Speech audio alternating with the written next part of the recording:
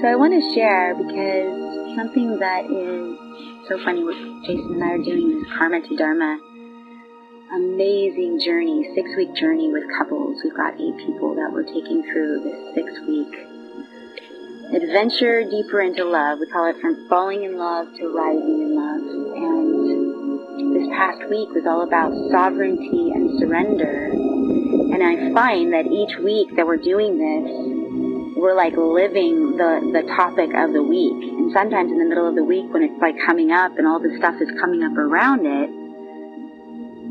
I forget, oh my gosh, yeah, that's why this is coming up, because we're talking about it. And if we're going to teach it, we have to know it so clearly so that we can give the manna, the spirit lessons, the treasures that are to be found in the opposite side of understanding these. And so this week was sovereignty and surrender. And I wrote a little bit about it last night, or actually I posted it. It was part of what we shared the other night. But I realized deeper that the idea of sovereignty and surrender, it's a paradox. We're living in complete paradox all the time, whether it's the light and the dark, the masculine and the feminine, the day and the night, the opposites, the polarities, these things that keep us at war.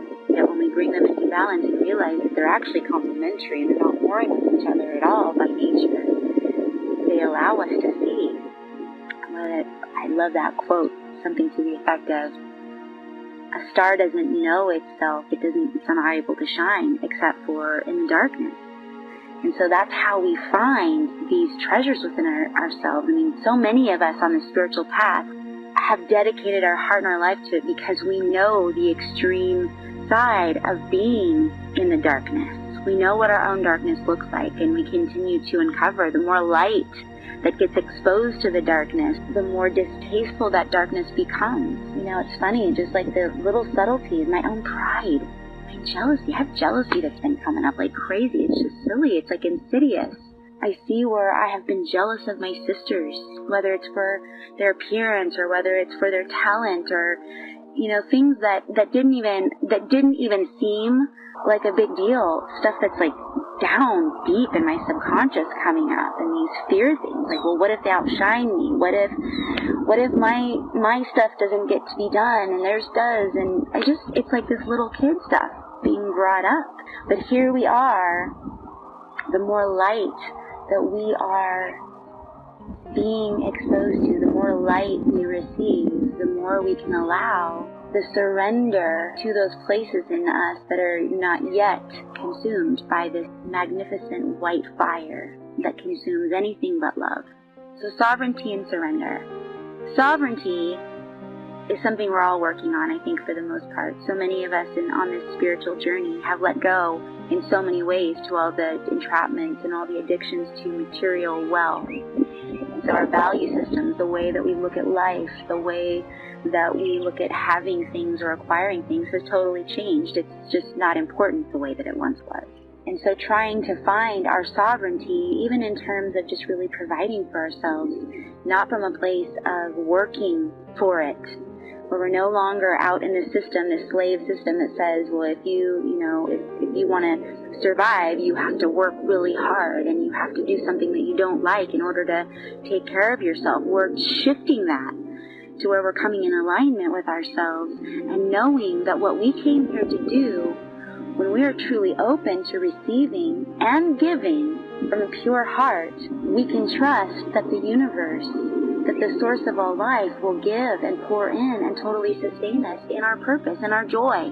So we're taking responsibility for all those places that we're not yet doing that we don't trust, that we do fear still, that life won't support us. We fear that we won't get ours, that if we give too much, we won't get ours. And that's a biggie. That's a biggie that's coming up. There's a balance that goes into claiming our sovereignty, knowing what is ours to do, knowing that we can self-sustain what we came here to do, and at the same time, surrender to giving and supporting each other's abilities and talents and gifts so that we all rise collectively. So, this all said, I think the trap we get into, both in our own being, in relationship with another, and then also in relationship with each other as a soul family and how these things play out on a bigger level.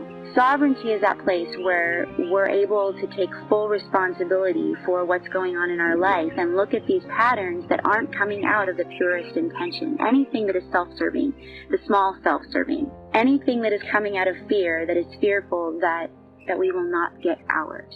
And what it does is it creates codependency in our relationships. So we begin this bartering system that we only give if we know that we're going to get something in return. And ultimately, that's really not in trust.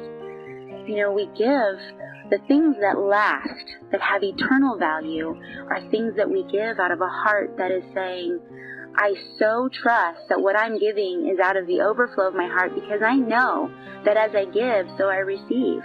And everything that I give is multiplied back to me abundantly so that I can keep giving, and the cycle keeps growing. But when we're in this place of codependency in any relationship, we project our fear of not enoughness. We project our fear of lack, our fear of insecurity, our fear of not enoughness on another and ask them to take on the responsibility. And sometimes in relationship, we have this going on so much that one person generally absorbs the negativity of the other while the other's ego inflates. And then sometimes we reverse roles in different parts of our ego that are still holding on. And so we ask the other to hold the negative part of our projection so that we can rise and feel temporarily inflated. And we get that temporary fix that really doesn't last.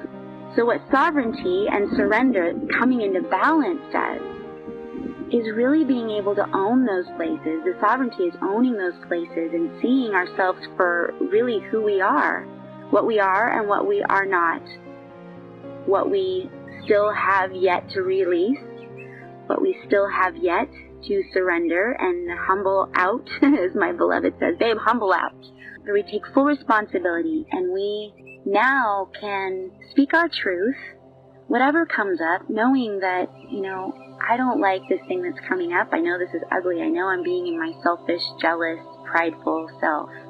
But it's the reality of what's coming up. And sometimes I'm slow to do that. Sometimes my resistance is, I don't want to admit it myself. And so I project it on Jason and vice versa. And so what we want to do is, regardless of whether the response is, be humble within ourselves. There's an old verse that says, humble yourself in the sight of the Lord. He will lift you up. She will lift you up. And essentially all it's saying is, humble out. Just own what's yours. We're all working through our stuff. We're all recovering from this original separation, this wound of separation, this fear of abandonment, fear of not enoughness, fear that we are not united with the one. But when we can surrender to that love, what's amazing about it is that our sovereignty increases when we can surrender. As we surrender those things and we let go and we can admit the truth of who we are, the grace of who we are, the magnificence of who we are, all of our gifts begin to rise because now they're in a space of purity. They're no longer needing approval or accolade for the inflation of our small self. We're giving it out of the overflow of our heart. So as we surrender, we become more sovereign. And then you bring it into relationship. And as we can surrender together, mutually surrender, knowing and seeing that we both are in process of letting go these old beliefs about ourselves, these places where love hasn't yet penetrated, we both come into balance. The relationship begins to come into balance. And Jason yesterday was talking about, he's been going through this book, Owning Your Own Shadow. I actually was doing a video about it today. But this Vesica Pisces, where we can come into this center place of humility and surrender and sovereignty with each other. There's balance in the relationship, and that light and love radiates into both circles, where both circles are lit up. There's no fear of competition. There's no need for one to absorb more negative or more positive. We've come into balance, and our creations are from a pure place, and they can last. They can be resourced. Everything, the abundance from the universe can come rushing in because it truly is in the highest and best for all involved. Surrender and sovereignty. The key is really to creating these two keys, creating our alchemy. They go hand in hand. We go hand in hand with each other. I love you guys, and thanks for allowing me to be a little bit transparent with you. It's amazing what's unfolding for all of us. It's amazing to have this gift of Facebook to watch each other rise and expand and change and become more and more light. Love you.